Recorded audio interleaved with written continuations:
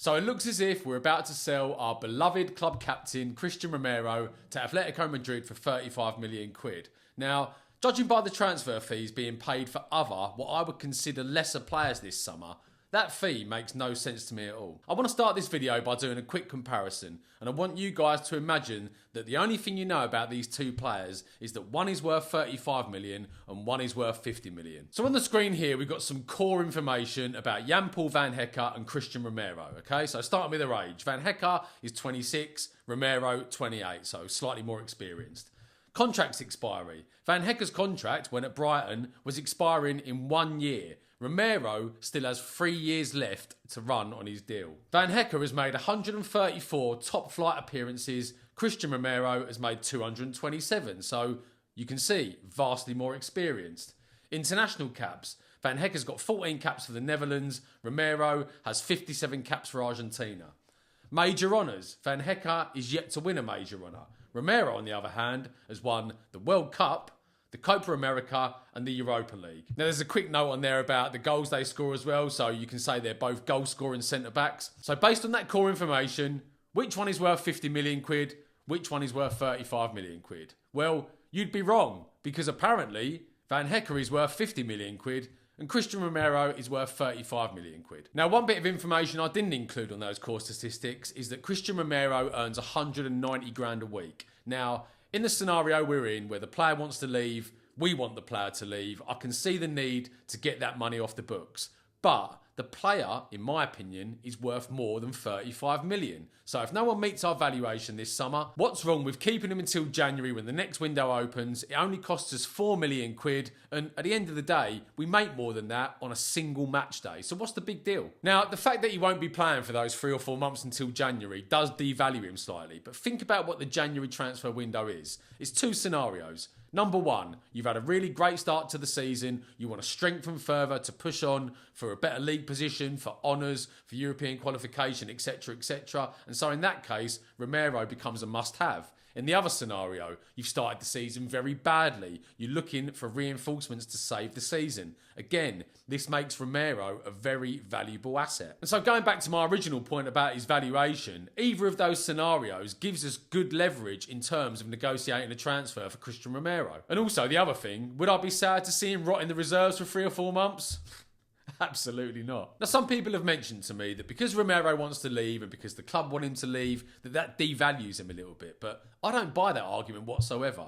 Look at Alexander Isak last season. He basically told Newcastle he wanted to leave, but he basically went on strike. But then Liverpool, to make the transfer happen, had to pay above market value for him. There's another example this summer again from Newcastle. Bruno Guimaraes. You can see that all the best players were leaving the club. He then asked the club for a move, but Arsenal still had to pay the market value for him. Why should Romero be devalued on that basis? I personally feel that potential suitors for Romero are trying to prey on the fact that the relationship between the player, the club, the fans is irreparably broken, and so that means that he can go for cheap. Now, again, if I was negotiating on Tottenham's behalf, I would just say, what's that got to do with anything? He's our asset, he's worth this amount of money, he's got a high standing in the game. If you want him, you've got to pay closer to what we value him at, which is around 60 million quid. I have heard a couple of rumours that Van Hecke and Vuskovic was actually a swap deal, but when I researched online, I couldn't really find anything to back that theory up. But let's say it was the theory. Vuskovic, although he's a young player, he's got quite a high standard in the game. He's described as a generational talent, although I must admit, when I saw him at the World Cup, I wasn't massively impressed. But judging by what he'd done in the Bundesliga, judging by his age, judging by his reputation, he's probably worth in the region of 45 to 50 million quid, which is, I think, what we got for him. Does that inflate Van Hecke's transfer fee? Maybe slightly, but it still doesn't make sense that Romero is only worth 35 million quid against 50 million quid. Are you telling me that Vuskovic is worth more than Romero? In my opinion, absolutely not. And let's use another example that's already happened this summer.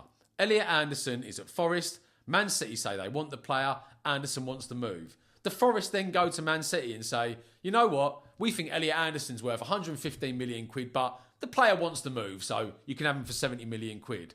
Just doesn't work like that. Romero is in the absolute prime of his career. He's not yet 30, so he's in his physical prime. He's likely going to be the Argentina captain when Lionel Messi retires, which gives him a very high standard in the game. He's a World Cup winner. Everyone acknowledges that he's a good player. Selling him for 35 million quid just stinks of bad business to me. And look, if Atletico really want the player and the player really wants to move, then they're going to have to come to some sort of compromise in terms of chipping a bit off of his salary to put towards the transfer fee. It's not our problem. He's our asset. He's worth 50 to 60 million quid. That's what we should be charging for him. Let's take an example from our own club. Gareth Bale, all those years ago when we sold him to Real Madrid. He wanted the move. He went in the summer to the board and said, look, I love being here, but Real Madrid is my dream club. I want to move there. Did we knock some money off the price? Absolutely not. They paid a world record transfer fee, which reflected Bale's ability, his standing in the game, his age, etc, etc. Now, I know I'm kind of quibbling over a few million quid here in the grand scheme of things, but I just don't want us to become a club that overpays but then undersells. It just doesn't make any sense. And you know how it goes. In the future, if the club do need a few quid, the first price that goes up is the price for the fans. Ticket prices, food prices, drink prices, concession prices, all that kind of stuff. It gets passed straight on to us. So let's do good business with the assets that we've got. Now, although the rumour seems to have died down, there's also talk about Jed Spence possibly moving to Liverpool for a price touted as between 35 million and 45 million quid. Now, think about that price again. Jed Spence is a young player. His stock is pretty high. He's just been one of England's best performers at a World Cup, and he's a player that Liverpool quite badly need. They've got no right back really. Frimpong hasn't worked out. Conor Bradley is constantly injured, and they've only got one left back, Milos Kerkez. We'll also be selling to a Premier League rival, and so for me, that price should be closer to 50 million quid. Now, don't get me wrong, I don't want to be completely negative about our business this summer, because obviously we've signed some really, really good players. Only in defence and midfield at the moment. The attacking options are still not there, but let's see what happens with that. But in terms of outgoings, we still have a bit of deadwood floating around the club. What's happening with Vicario? What's happening with players like Pap Sarr? We've sold some promising youngsters this summer as well. Will Lancashire went to Middlesbrough for 10 million quid plus 10 million in potential add-ons. And another comparison that I want to do is one between him and Manor Solomon, who apparently were about to sell to West Ham for 5 million quid. Now again, I'm going to put their core information up on the screen here. And let's start with Lancashire. He's 21 years old. Solomon is 27 years old. His contract, Lancashire's, expired in 3 years' time. Manor Solomon's expired in 2 years' time. Will Lancashire has made 6 top-flight appearances, 3 in the Premier League and 3 in the Europa League. Manor Solomon has made 280 top-flight appearances, including in the Champions League. International appearances, Will Lancashire has 0. Manor Solomon has played 49 times for Israel. Honours, Will Lancashire was part of the Europa League winning squad. He did score a goal in that run, and so even though he was a bit part player, I'm not going to take away his contribution. That is a really good achievement for a player of his age.